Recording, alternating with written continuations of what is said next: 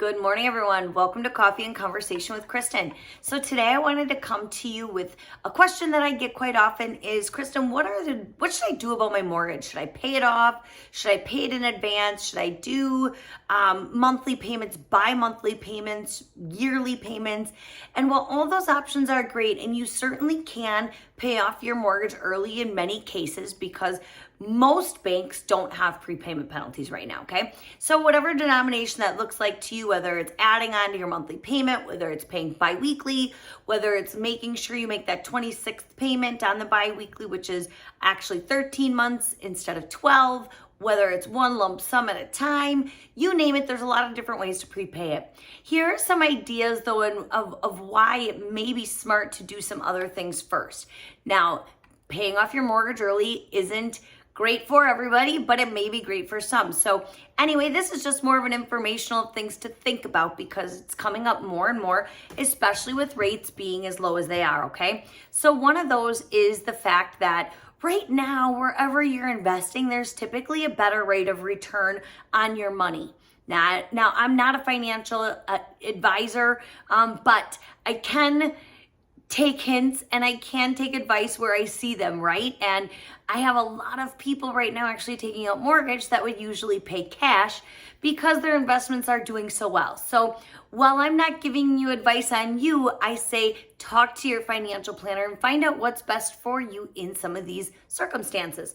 With that said, again, investing, whether it be I've heard anything from 401ks to IRAs to gold to you name it, buying a home, buying property, whatever the investment is, however you diversify, just something to think about. And again, talk to your planners first to make sure that you're doing the right thing before planning to pay off your mortgage, okay? With that being said, you want to make sure that you have an emergency fund saved first. That is one of the biggest tips that's come from money managers and money advisors all over the country for years and years and years, is that it's really important to have that emergency savings. Now, whether that's 3 months, 6 months, 1 year, whatever that looks like for you, just make sure that you have it and that you're saving that first before really focusing on paying off your mortgage. Second thing, your interest can be a tax deduction on your taxes. There's a CPA question. Make sure before you're paying off your mortgage that your CPA is giving you the advice that you need as far as making sure it's paid off. That tax break may be beneficial to you. So something to think about there. Lastly, you just want to make sure that if you are paying it off, that you know of any other circumstances that you have first. Meaning, if you have some credit card debt, if you have any debt, maybe a vehicle debt, maybe a boat loan, maybe whatever the case may be. If there is a higher interest rate on those items, you want to make sure you're working on paying off those items first, then focus on your home. Again, because those are higher interest rates, you're actually paying more money to interest than you probably are in your mortgage right now. So it's just something where it's a tidbit where you want to take your higher interest rate debts, you want to get those paid down first and then go to your lower interest debts. That's a money managing tip that I've seen again from a lot of financial advisors, from my own and from others. If you need a referral to a financial advisor because you haven't worked with one yet, don't be scared. I know so many people are like, oh, I can't work with somebody because I don't have enough money, or I haven't saved enough, or I don't make enough. That's a big false thing.